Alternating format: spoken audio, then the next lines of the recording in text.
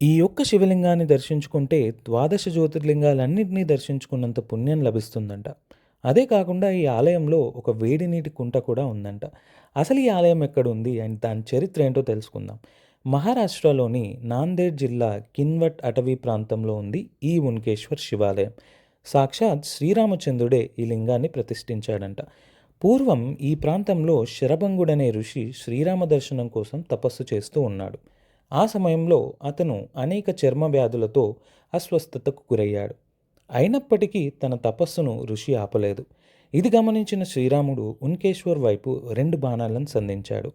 మొదటి బాణం పడిన చోట వ్యాధులను నయం చేసే వేడి నీటి సరస్సు ఏర్పడింది. రెండో బాణం పడిన చోట శివలింగ ప్రతిష్టాపన జరిగింది. ఆ తర్వాత శ్రీరాముడు శరభంగుడికి దర్శనమిచ్చి ఆ వేడి నీటి సరస్సులో స్నానమాచరించి శివలింగాన్ని పూజించమన్నాడు. అలా శరభంగుడు ఈ ప్రాంతానికి విచ్చేసిన భక్తుల వ్యాధులను నయం చేస్తూ ఇక్కడే సమాధి అయ్యాడట. ఇది ఒక ఆలయం మాత్రమే కాదు, ప్రకృతి చికిత్సాలయం.